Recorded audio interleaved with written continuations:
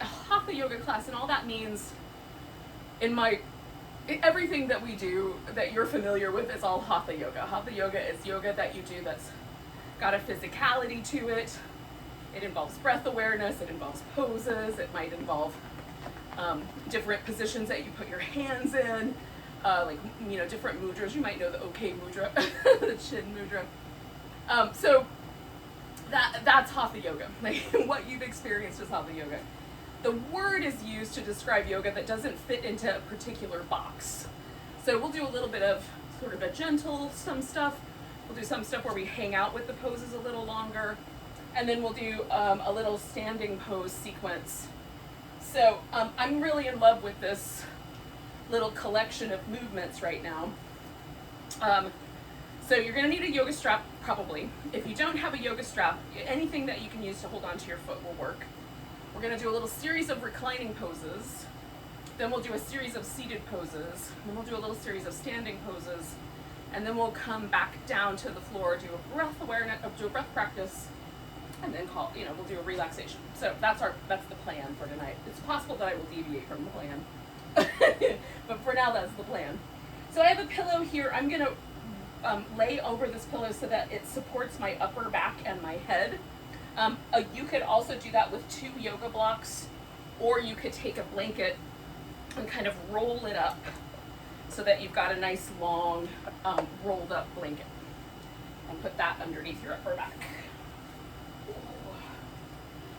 And depending on what you're using, whether you're using a blanket or you're using a pillow or you're using blocks, it might be nicer if it's a little closer to the bottom of your rib cage. It might be nicer if it's right underneath your shoulder blades. So just move up and down on the support, or you might adjust the support, like maybe turn it the other direction or whatever. So it might feel better in a particular spot. So if it doesn't feel comfortable within reason, it's strange to have something under your upper back, but it's not uncomfortable, right? So I've got a little sense of a back bend, but not uncomfortably. There is a little stretch in my shoulders, but not uncomfortably. So this is nice. That's what we're going for. And then one of the things I like about this little it's sort of reminiscent of the fish pose, although my head is level and not dropping back. It gives me a chance to sort of feel my ribs move with the breath. They're sort of thrust forward a little bit and supported in the back. So this in and out movement of the little muscles in between the ribs gets emphasized. And that's interesting to me.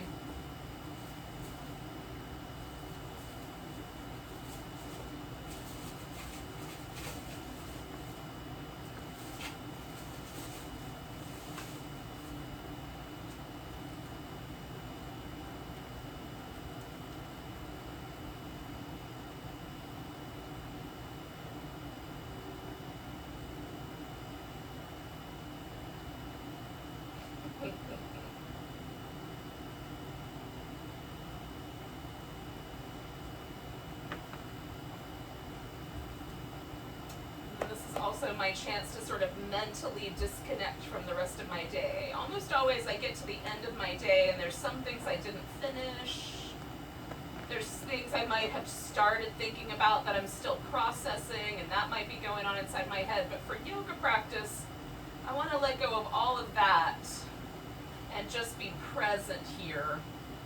So I sort of take a little mental break, a little emotional break from the rest of life. Not that that isn't still present, of course it is. But I use my practice as an opportunity to sort of pause all of the future and past thinking and just be present with what's happening right now in the moment.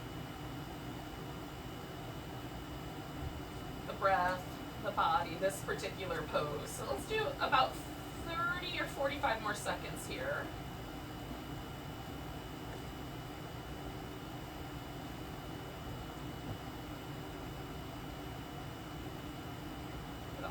In mind.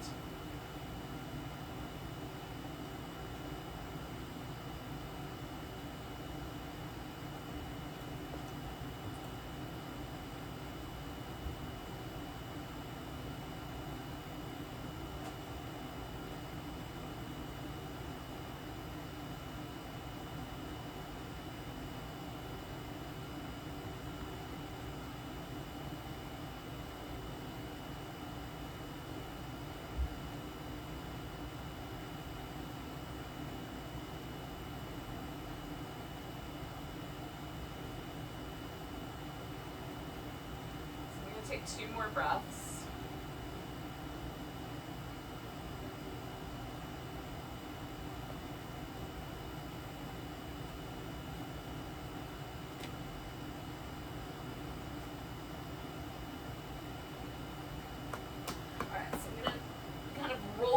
To the side, slide this guy out from under me. Oh, that's one of my favorite ways to start a practice, for sure. There's other ways, but that's a really good one. So I'm going to take a moment just to explore the change in my upper back, a kind of broadening sense around my collarbones, my shoulders. Even the chest muscles feel a little bit wider apart to me, a little less huddled in. Oh.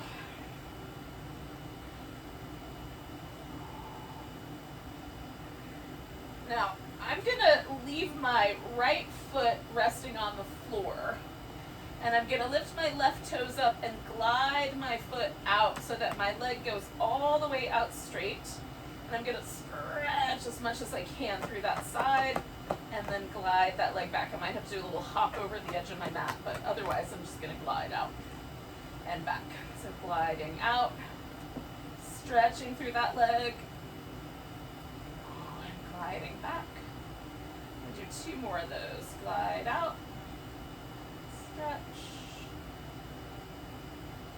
I'm trying to see if I can feel any inclination for my hips to tilt as I get to a straight leg, any inclination for there to be tension across the front of the hip or down through the inner part of the knee. Now while I'm hanging out here with the full stretch, I'm going to rotate my leg back and forth a bit. So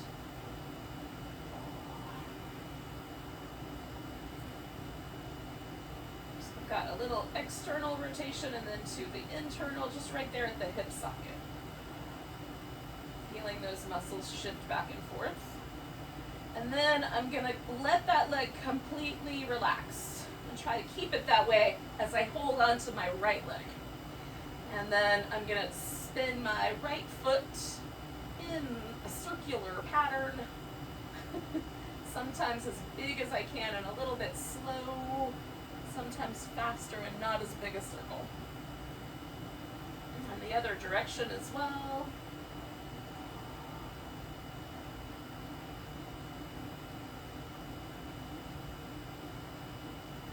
Point and flex. As I flex my foot back, try to bring the top of the foot towards my shin, I'm pulling my big toe and my pinky toe as far apart as I can. And then as I point my toe, bringing the heel in towards my ankle joint, I'm kind of squishing my toes together. So there's a little bit of movement and as many muscles as I can get with the foot.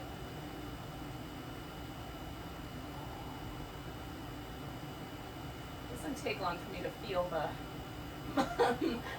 muscle fatigue of that if I'm really intense with it. Okay, so now you can keep holding onto the leg like that. You can kind of reach in and just grab hold of the top of the shin.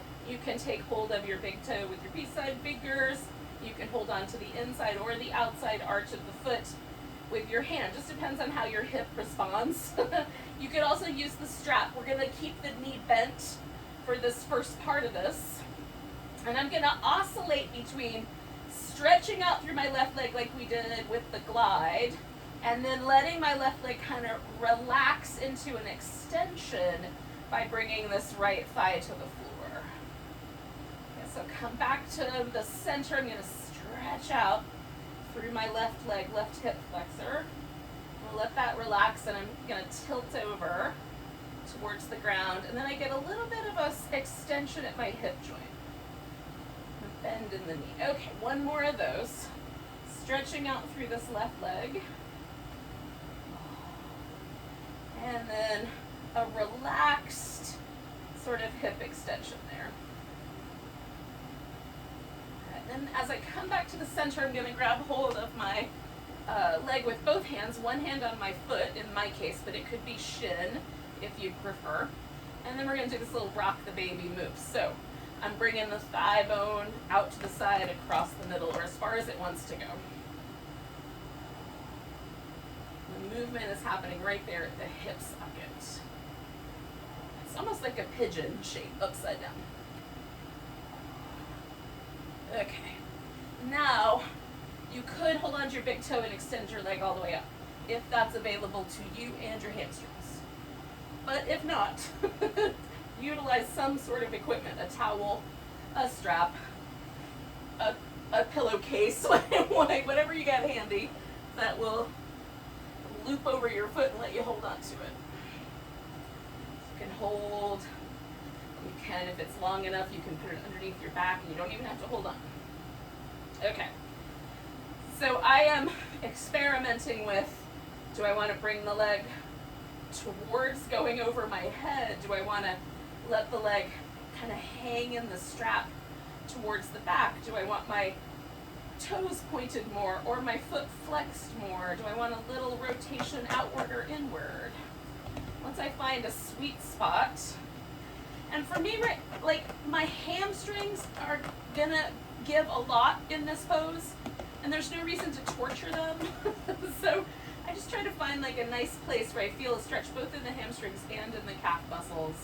It feels reasonable. I'm not tensing up around that stretch. And then we're gonna hang like this for another minute or so.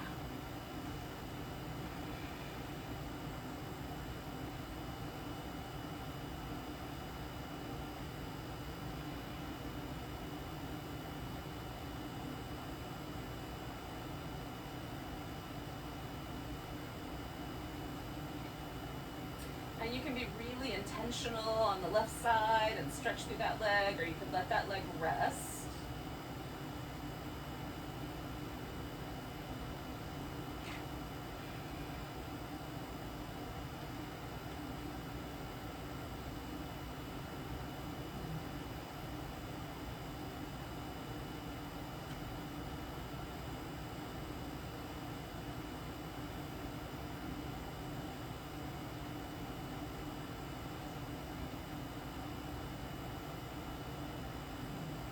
Take 2 more breaths.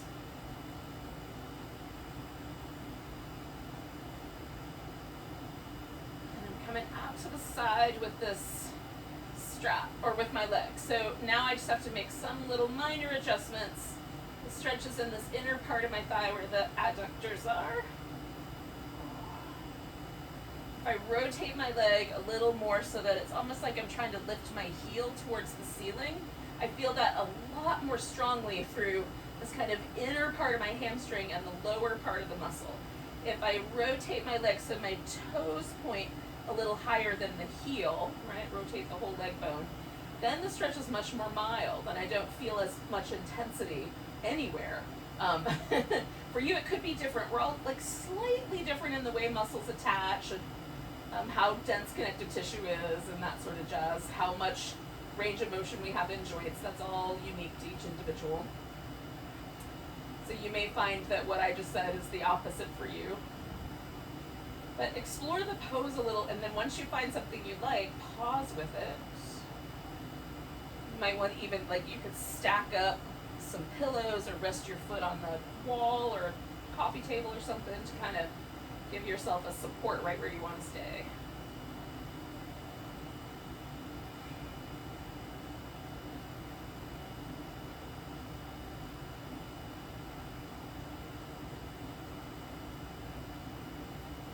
Even a pose like this that I do almost every day. I love this pose. I keep coming back over and over and over again. This little sequence of poses. But even so, I try to sort of treat every day as if it's the first time I've done the pose. And go back in for an exploration to see if there might be something that's just a little better today. A little nicer.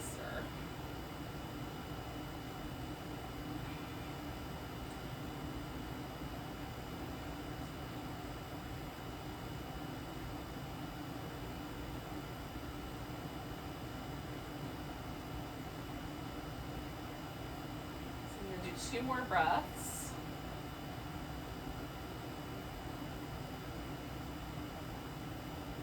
Now I'm going to do the next pose in 2 parts. And you can do the 2 parts or you could do one on either side. So the first thing I'm going to do is leave my hip on the ground and just bring my leg across the midline. So I have an adducted leg. There's a little extra sort of along this outer thigh for me if I keep the hip, relatively stable and just move the leg across. And that's interesting, and I like that, but I also want to do the twist. So I'm going to do this for the first half of the pose, and then I'm going to let myself go all the way over, lift this hip up on top of the other one, and twist up my spine.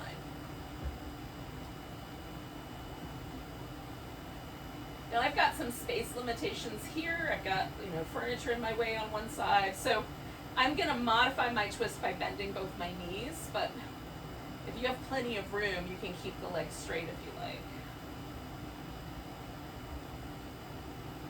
And if you want to do the whole pose as this one or the twist, do that.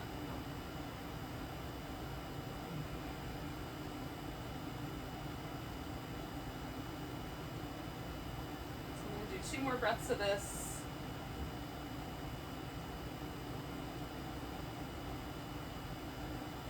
And then I'm going to take my left knee and just kind of tuck it in behind my right knee. I'm going to leave the strap there though, because I want that next time. And then I'm going to drop my legs over to the left and kind of hook them over this pillow.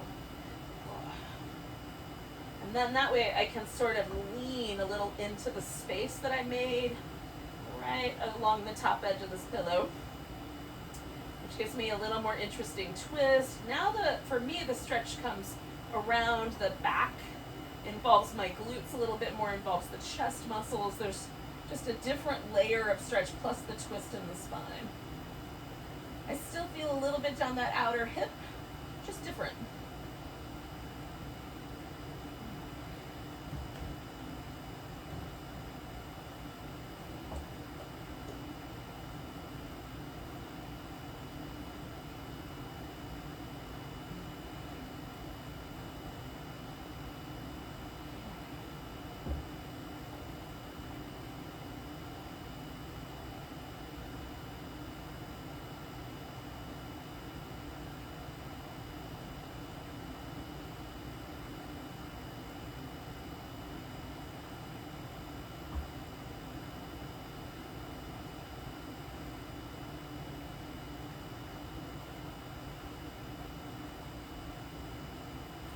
So 2 more breaths here.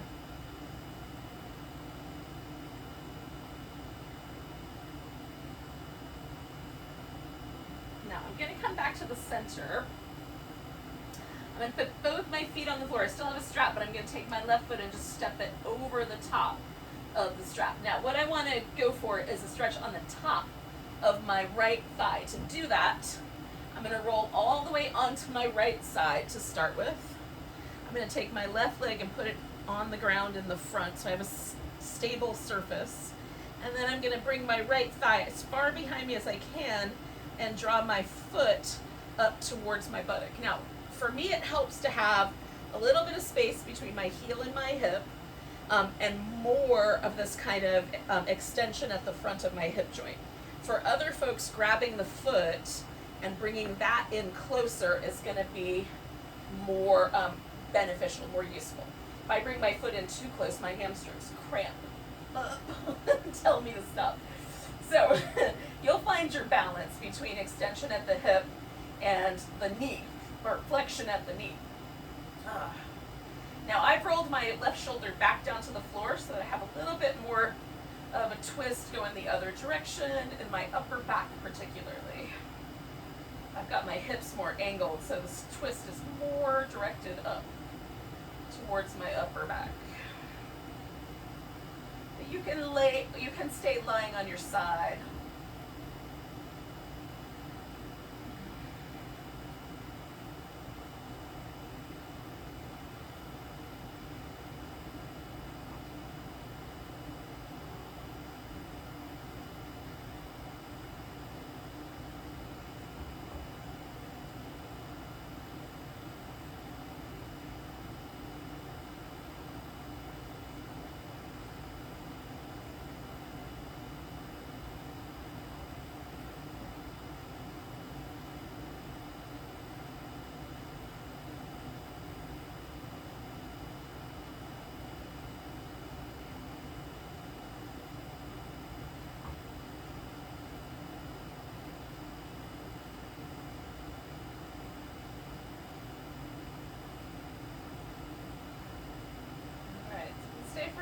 4 more breaths.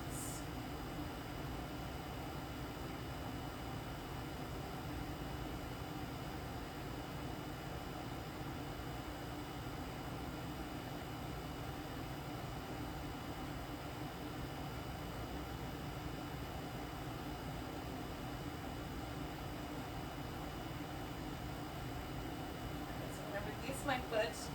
I'm going to straighten out my right leg, and then I'm going to come back onto my back.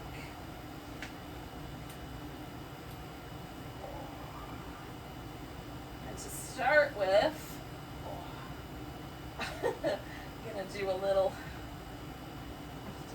rinse, a little windshield wiper, legs going side to side kind of move. If you're not a big fan of this one, you might like it better if you pull your knees into your chest. You might like it better just to remain sort of still. Sometimes I like to stretch out like a giant starfish. I don't think I've ever seen a starfish quite as big as a human, so pretty big. Who knows though, maybe they exist way down deep in the depths of the ocean. Wouldn't that be interesting? One day we found giant starfish.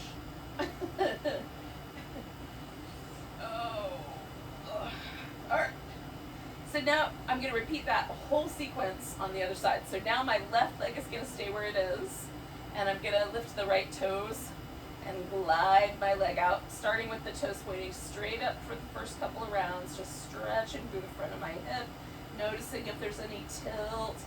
Because I did all those stretches on this leg, this one might go easier than the last time we started here.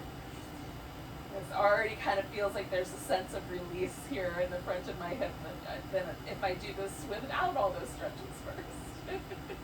It's nice to see if there's a difference. Okay, so with this leg outstretched, the next time I'm going to stay put, right? So I'm going to stretch out one more time, stay put here, and start with a sort of internal-external rotation in the hip joint here. Just want to see how much range of motion do I have there. Is there any tension in some of the muscles that are involved in rotating the leg that I want to be mindful of? Alright, so then I'm going to let that leg just rest, grab hold of the left one, and spin my foot in circles.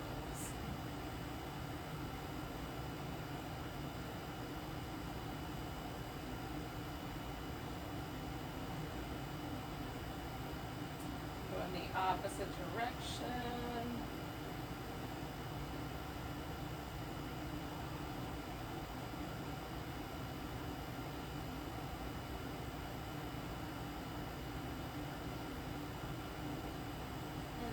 You can point and flex. Again, you might include that little bit of extra work with the muscles in the toes.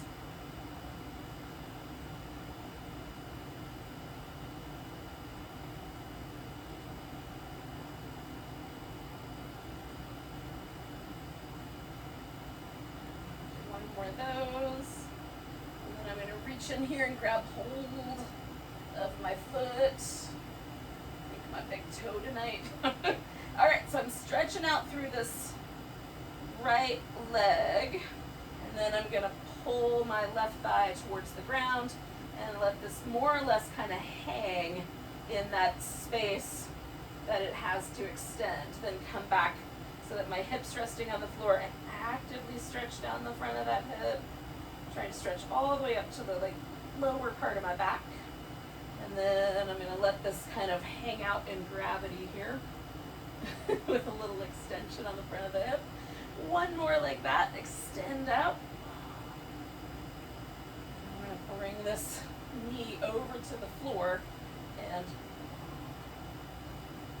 my right hip does not want to hit the ground as easily as my left one did, which is interesting. All right.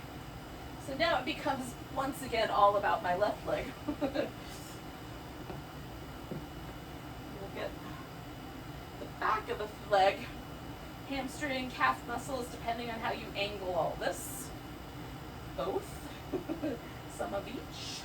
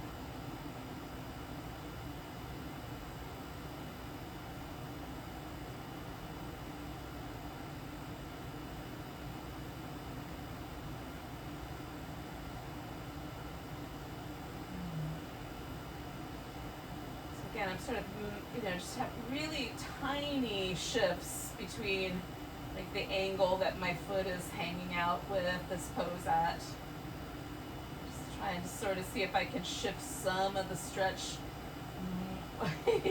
more to the calves, less to the hamstrings, just kind of experimenting a little bit.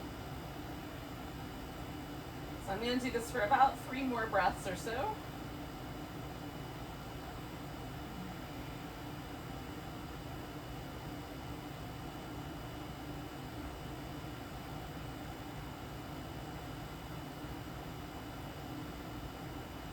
Take a big breath and come out to the side. Sort of letting this right hip get really heavy. I've even externally rotated the thigh bone just a little bit so that more of my hip or more of my leg kind of wants to touch the floor to help sort of counterbalance this a little bit so it's heavier on my right side. And then I also have this pillow here to help out. Again, for me, a little rotation where my heel tries to sort of scoop up towards the ceiling, and I'm rotating the top of my thigh down, like, outward. That gives me much more sensitivity than if I rotate the other direction. Not as sensitive there. So again, check, you can play with that angle. You can just hang out kind of somewhere in the middle.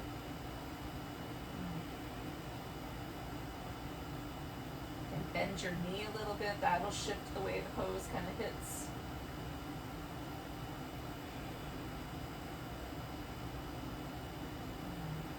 Come back at these poses that you know so well, as if you've never done them before. Maybe for you it needs to stay in motion and there's kind of a coming in and going out of the pose and not so much just hanging, suspending in the stretch.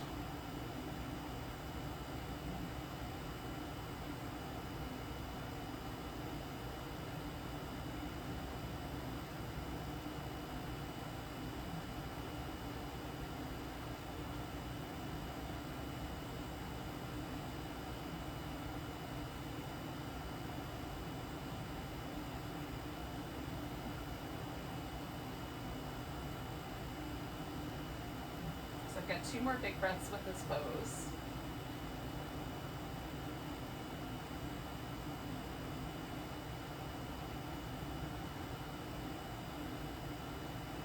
Alright, so then I'm going to come to this point where I'm just a little ways across the midline. I'm not trying to pick this hip up off the floor yet. And again, I'm doing this one in 2 parts. So the pelvis is pretty neutral, and just I've got this leg as far across as it will go without lifting my hip up at this point.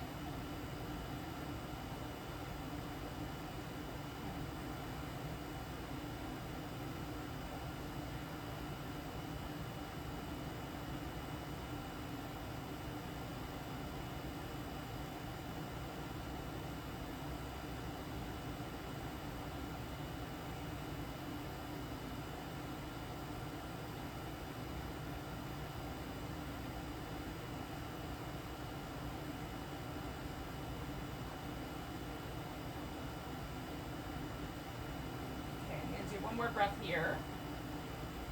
And then I'm going to bend my right leg. I'm leaving the strap where it is, but I won't need it for this part. I'm going to come over to the side here.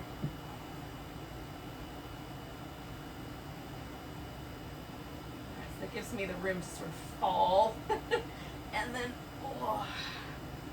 rotate my back into a nice twist. Again, how much twist is the right amount? You should feel that out for yourself.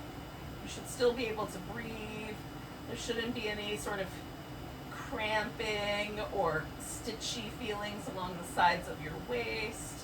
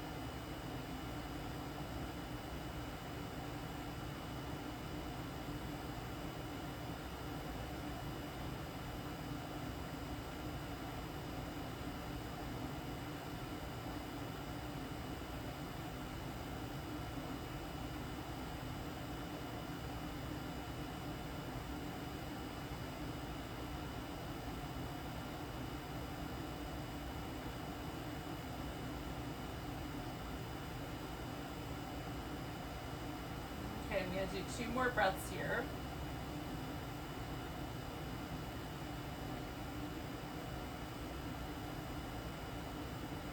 All right, so this is going to turn into my quad stretch. So again, I'm going to come to the center here, step my right foot over the strap, and then roll onto my left side.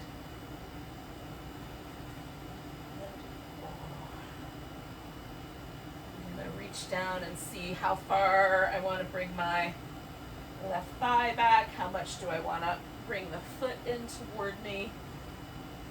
This may change once I get my shoulders settled down.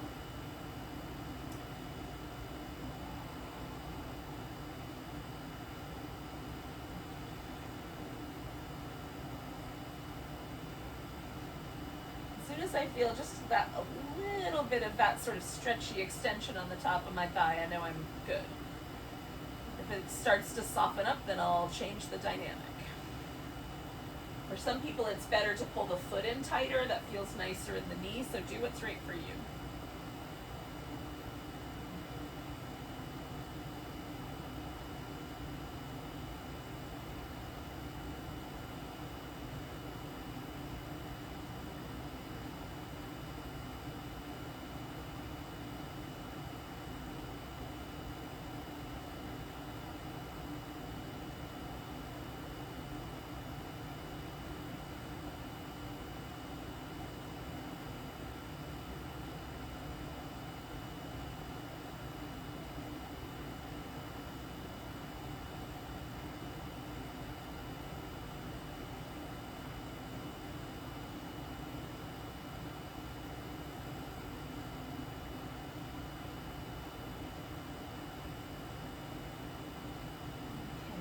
Stay for about another 4 breaths.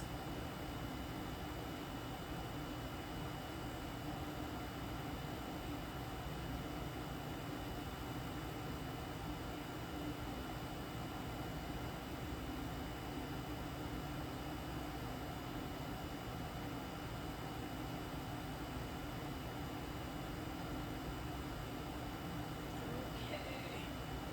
So I'm going to let go of my foot. Straighten that leg out, and then come on back onto my back. Now, once again, I'm going to do a moment here where I just move from side to side, just some rhythmic checking in sorts of things. And then I'm going to come to a seated position, and that's where we're going to meet up. So if for any reason you want to do some other shapes, like some kneeling cat-cow or a little downward dog or something like that, this is a good time for that. Maybe even some child's pose before you come to a seated position.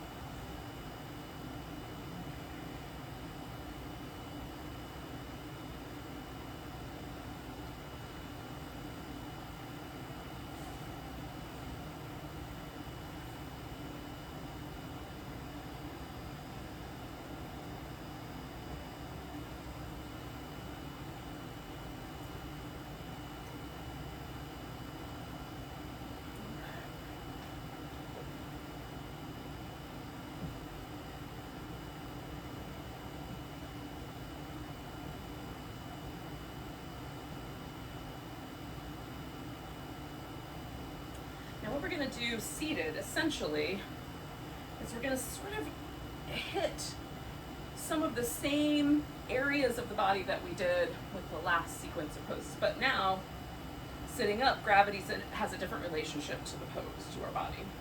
So we're going to start with a twist. Now you can have the twist organized so that you have one leg up, or you can kneel. I'm just going to do a really simple cross-legged position. And right now my left leg is the one that's kind of in the front. So that's the direction I'm going to turn. And you can do either way, left or right.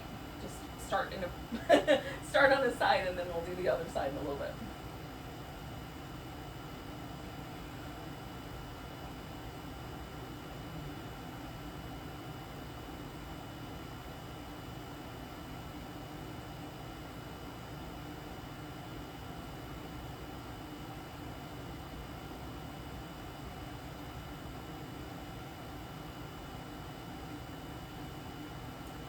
Notice the sort of inclination that my right hip has, kind of wanting to lean into this twist, and I'm trying to just let my body stay mostly right in the center line, so not leaning into the right or the left. Now, if you have one leg crossed over the other in a particular fashion, you may want to let your hip lean into the twist. It might feel better in your lower back to do so. So feel that part out. I've done such a simple arrangement here that it's nice to just let the bottom, pelvis, sacrum, legs all sort of stay centered while everything else twists.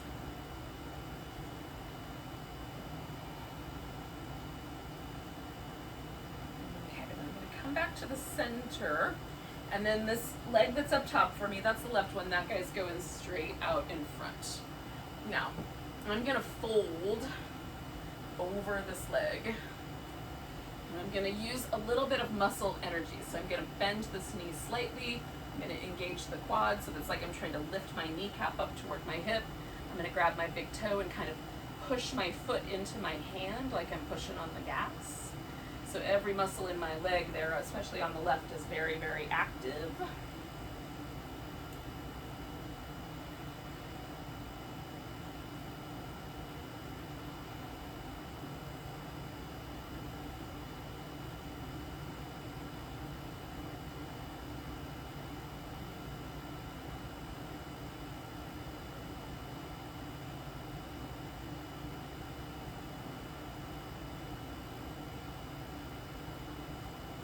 Doing a little breath technique for this round of poses, where I inhale, pause briefly, and then let the exhale come out really softly. You can decide how long you want the pause to be based on how it feels. I don't want it to be a strain.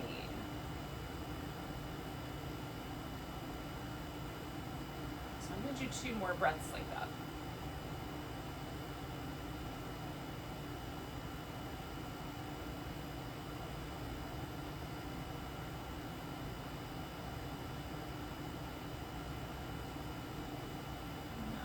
Go of everything and come all the way up with a nice inhale.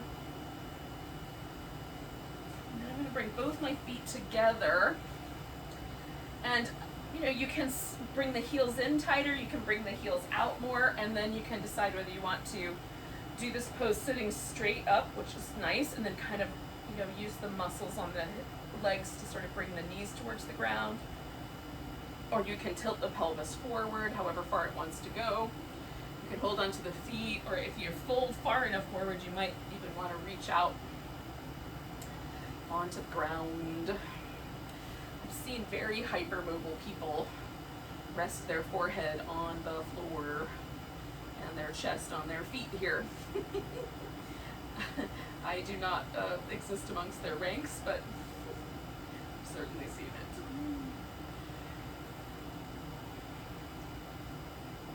For me, just a little bit of a tilt, just even like a 45-degree angle feels just right. Not too much, not too little. I'm kind of keeping my breastbone a little high, keeping my collarbones kind of wide, so my spine is doing mostly a neutral shape, but my pelvis is doing a little bit of work to lean.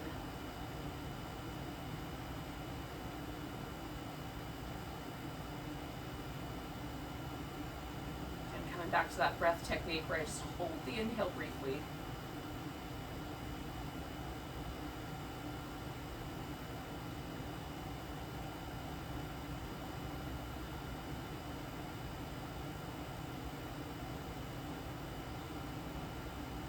And do 2 more of those.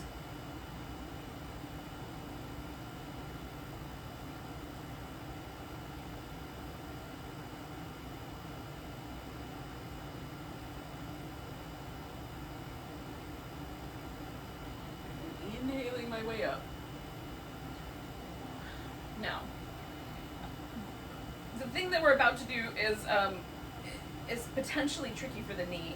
So I'm going to do this in the way that gives me the most amount of quadricep sensation, the least amount of knee trouble, which involves kind of leaning to the side. So I'm going to take my left leg, which was the one that I had stretched out in front of me, and I'm going to bring that around behind, and then sort of bringing my hip a little bit towards the right, and then sort of stretching backwards just enough to feel kind of an open, little open extension there at the top of the hip and the front of my thigh.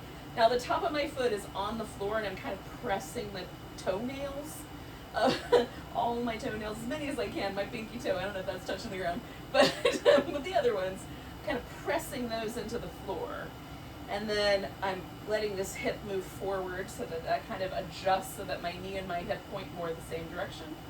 Now some people can lay straight back doing this and even may want to extend this leg in the front. I'm keeping that leg bent. So this could look like the half saddle from yin, where you lay all the way on your back, or it could look like this.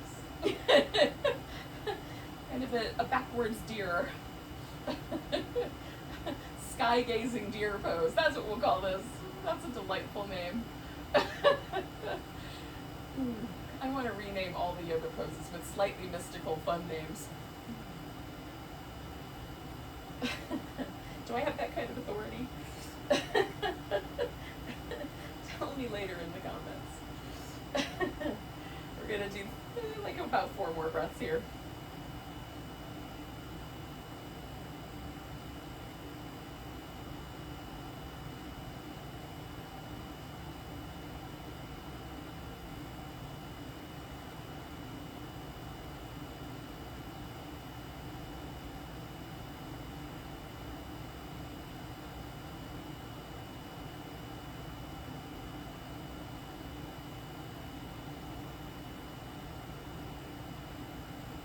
Okay, so I'm going to lean all the way to my right so that my left leg comes all the way off the floor, and then bring that out of that pose.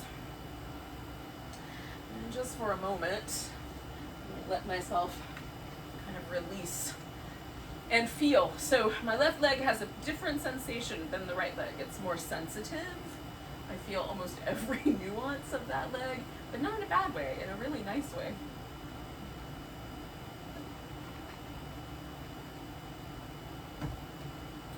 Very pleasant way.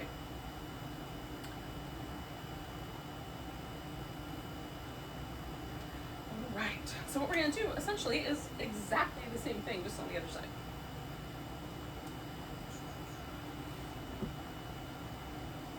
So seated, and then a twist. And again, if you had like this knee up, you might be doing something that's a little bit more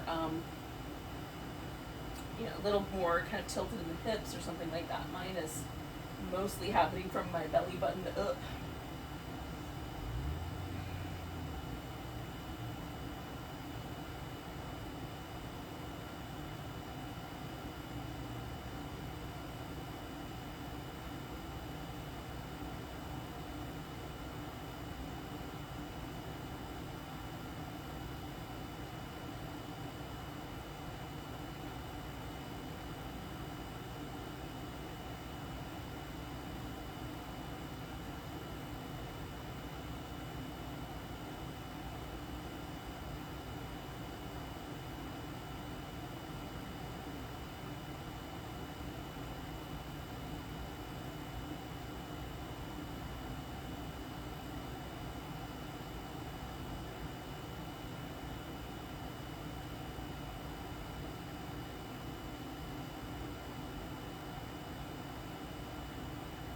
Okay, one more breath.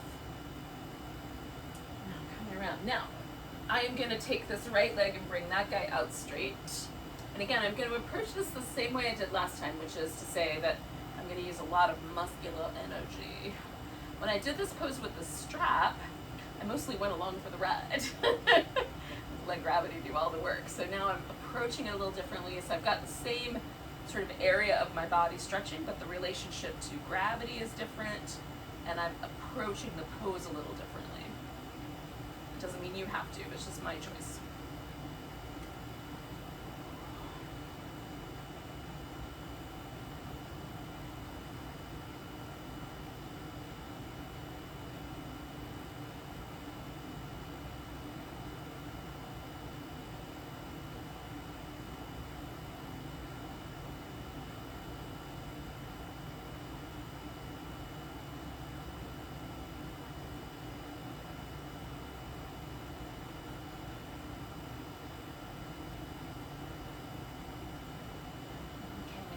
breath. Letting go, I'm going to inhale all the way up. Now last time I put my feet together so you could return to that and maybe do a slightly different arrangement. I'm going to actually take mine out into the V shape instead. This is one that does not cause me trouble. So for some people it pushes your hip back because of the shape of the joint, so you can maybe do it differently. We're not going to be here for a terribly long time, but you could, if you're close to it, swing your legs up on a couch or the bed or something and do it upside down. Lay it on your back. So again, I'm going to do this with more active legs. I've got my toes pointing straight up. I'm kind of trying to stretch my big toe and my pinky toe away from each other. I can't really do very much with my 3 inner toes. I have almost no control over those. I have developed over time the ability to sort of press down or do things differently with my pinky and my big toe. So those are the ones I focus on. One day I hope to gain some control over the little ones so that I could do fancy tricks like play the piano with my toes. It's the only real reason to me to do it, I think. I don't know though. There might be other reasons. So we'll take about 4 more breaths here.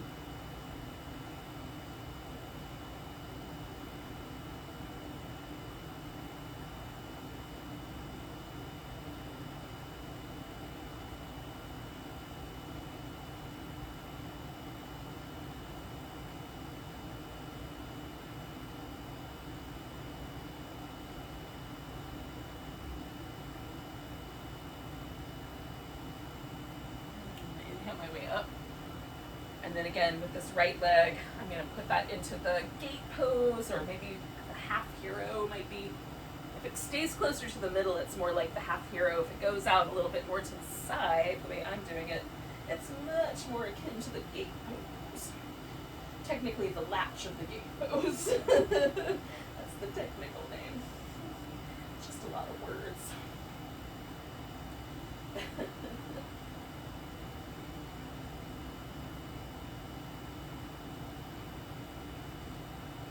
The right side's a little bit more sensitive, so I don't even have to move very much before I feel that stretch right there on the top of my thigh, the front of my hip.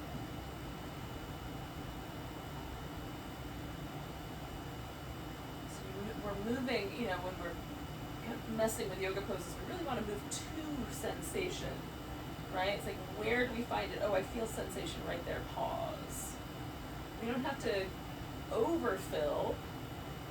We don't have to slam ourselves into like how much sensation can I experience. Just go right to the point where it's, oh, I feel that. Right there, that's the spot.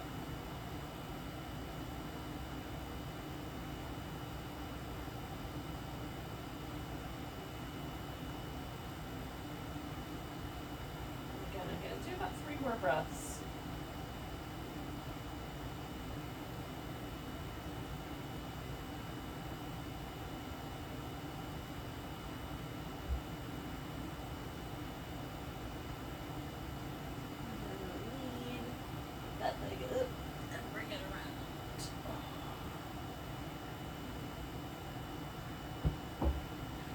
Now this standing sequence that we're going to do is going to be brief, but essentially we're going to come back to these same areas again. One more time, we're going to change gravity.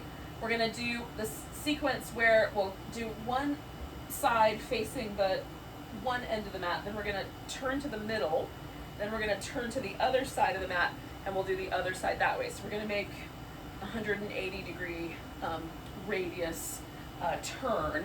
So if it helps, you can put your screen sort of somewhere in the middle where you can sort of see it out of the corner of your eye on either side. And I'm going to start with a downward dog.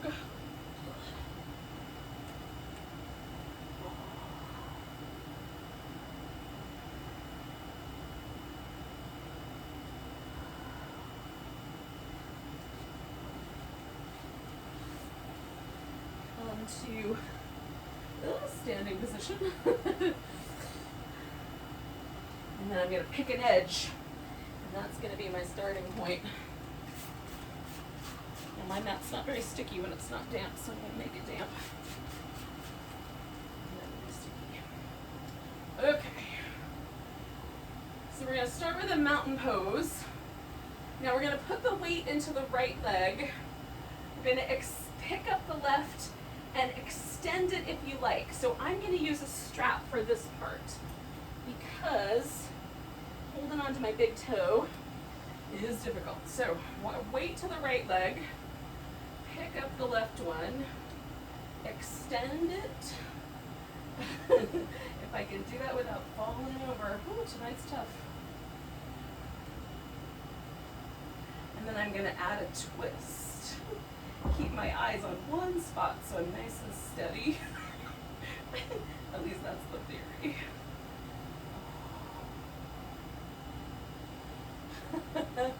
Two more breaths if I can do it.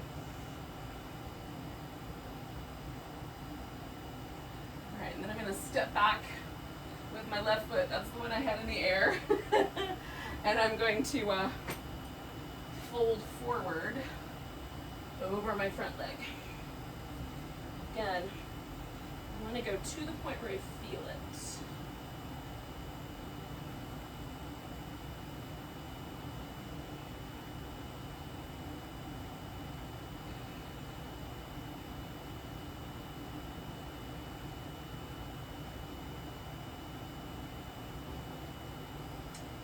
Does gravity make a difference? Does whether we're standing on our feet versus sitting versus laying down make a difference? So I'm going to swing around to the middle, legs as wide apart as I can feel good about, and then fold in.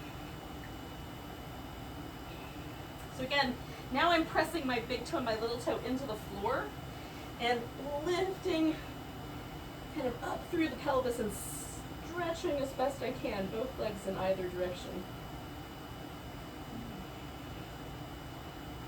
Got my palms pressed together and pressing my elbows into this block. Sometimes I can comfortably get all the way to the floor and then I can press my elbows down into the floor, but the block helps.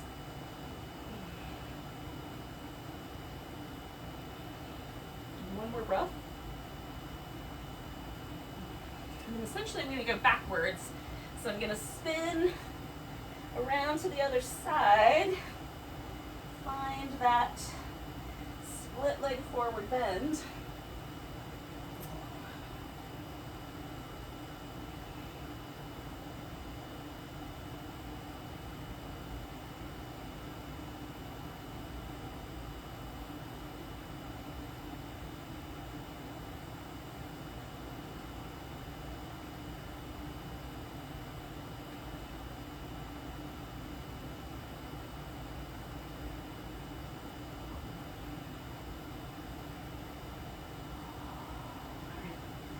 Step my right foot up. I'm going to put it right into that loop. Pick the end of the strap up, come up halfway, and then come all the way to standing. I'm going to put the weight into my left leg, find a spot for my eyes to stay, and then add my twist as best I can. I'm going to try to hold the balance.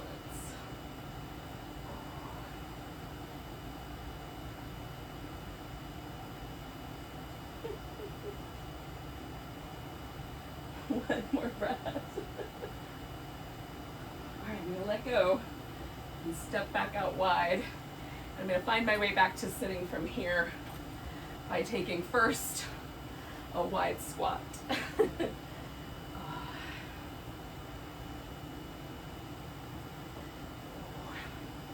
a forward bend. And then a seated position. Now, I'm going to just sit in my most comfortable sort of cross-legged position, but you could also sit up on a pillow or blanket. I'm just going to take a minute to sort of, well, maybe not a whole minute, but a few, a few breaths to absorb.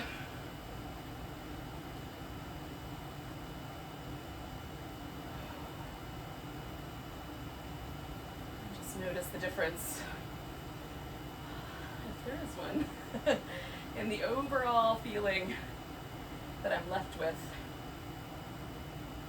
Now we're going to do a breath technique that is kind of a meditation The idea is, this is from let me see if I can remember. The Vajna Bhairava Tantra, I think. I might be pronouncing it. Sometimes I mix up does the Vishnu part come first or the Bhairava part come first? But in any case, I think it's the Vishnu Bhairava Tantra. In any case, this is a really simple thing. It's just a simple breath technique, or paying attention to the breath in a certain way. But it's designed to sort of bring us this awareness of the balance point between the inhale and the exhale, right? Between what's called apana, which is the sort of sinking movement, and prana, which is the sort of lifting or expanding thing. So this contracting and this expanding. And the spot right between the two states. So we're going to inhale, and imagine the inhale moves down into the body, all the way down to the roots, to the pelvic floor. And then as you exhale, you're going to imagine that exhale, almost like a little bird or a butterfly, flying up and out and releasing upward. The inhale comes in, sends us into the ground. The exhale goes out and sends us towards the sky. That's it. That's the practice. So we'll do that for a few moments. Use whatever breath pace or depth works best for you, so it's not a strain.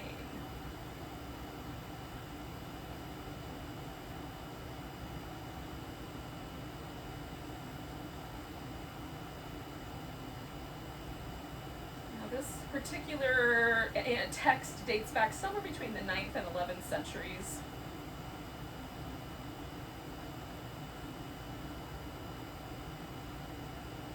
So yogis have been exploring this breath for a while.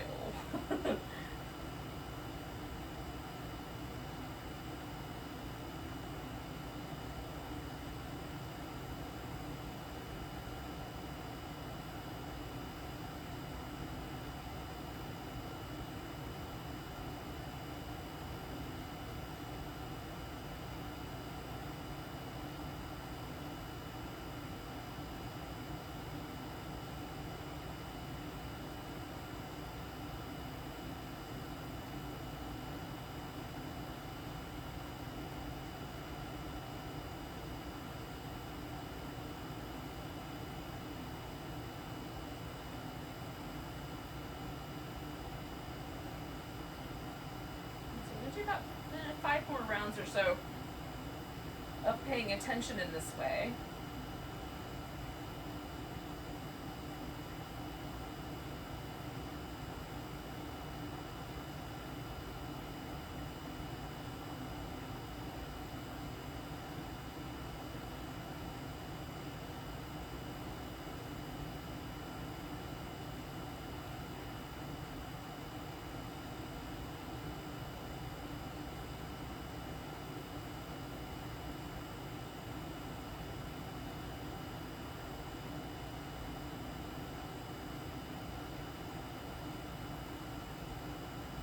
Once you're done with the breath that you're on, just drop the technique for a moment and just be wherever the technique brought you. Notice what happens, or what is happening.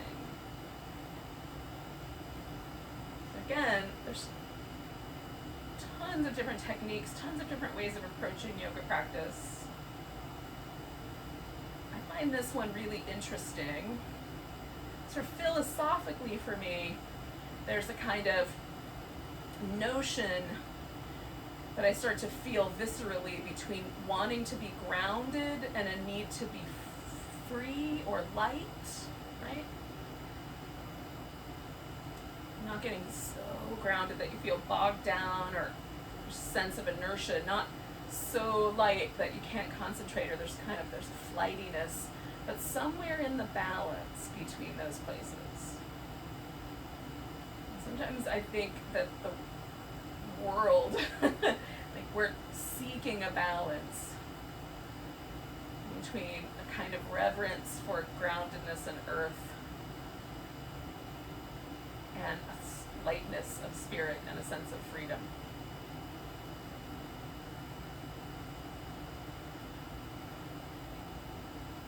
And if that doesn't resonate, then what does? Like, what do you experience? There's no wrong answers. This is what it is. So, I'm going to do a little relaxation. So I'm going to use a blanket for a pillow. I'm going to put a pillow under my legs. And then we're going to start with a mudra. We'll do that for about 5 to 10 breaths. And you're going to bring your thumb and index fingers together once you're lying down and you're settled in. And hold that for a bit. See what happens. And then we're going to let go. So this mudra is like the universal symbol for A-OK. And so let's see what happens. Like, does it live up to its universal symbology? Or does it have a different impact?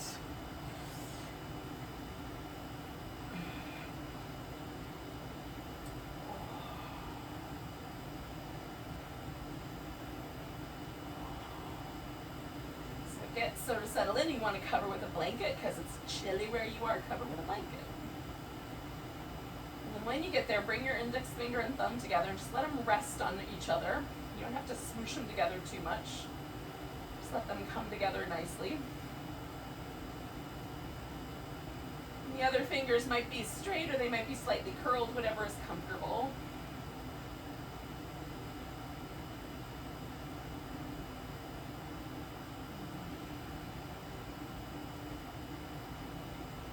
Again, with a kind of curiosity and a sense of openness, just see what happens. See whether any experience occurs because your thumb and index finger are touching. It might just be the sensation of those two places touching each other. There's a lot of sensitive nerve endings in our fingertips.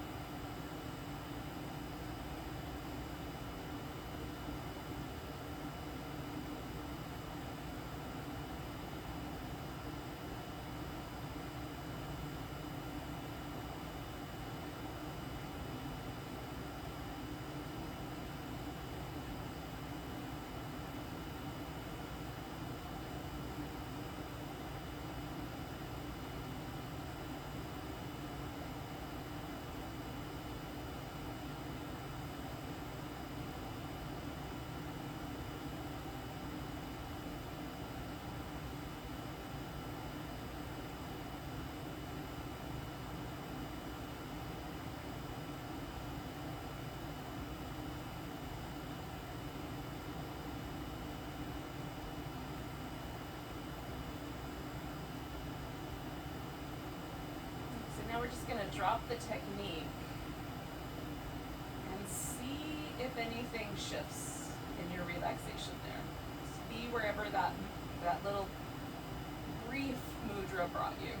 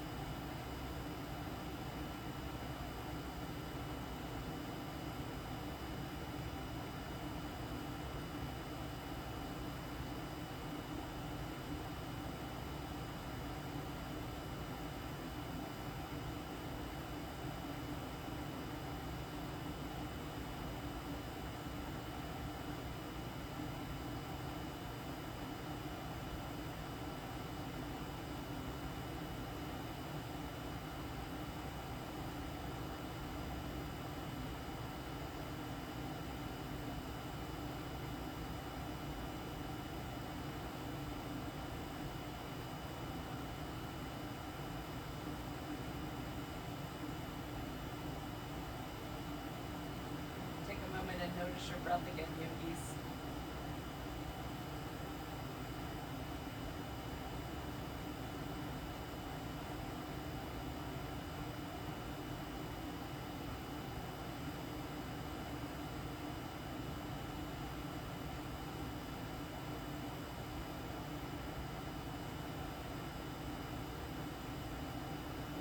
Take a nice big breath.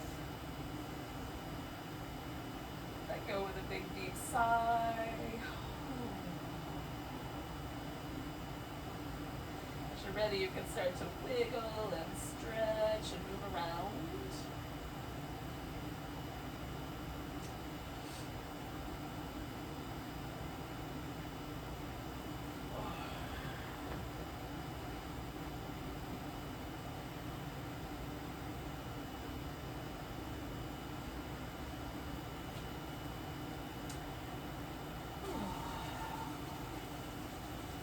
So when you're ready, you can meet me in the seated position. I don't know what that big clap was about.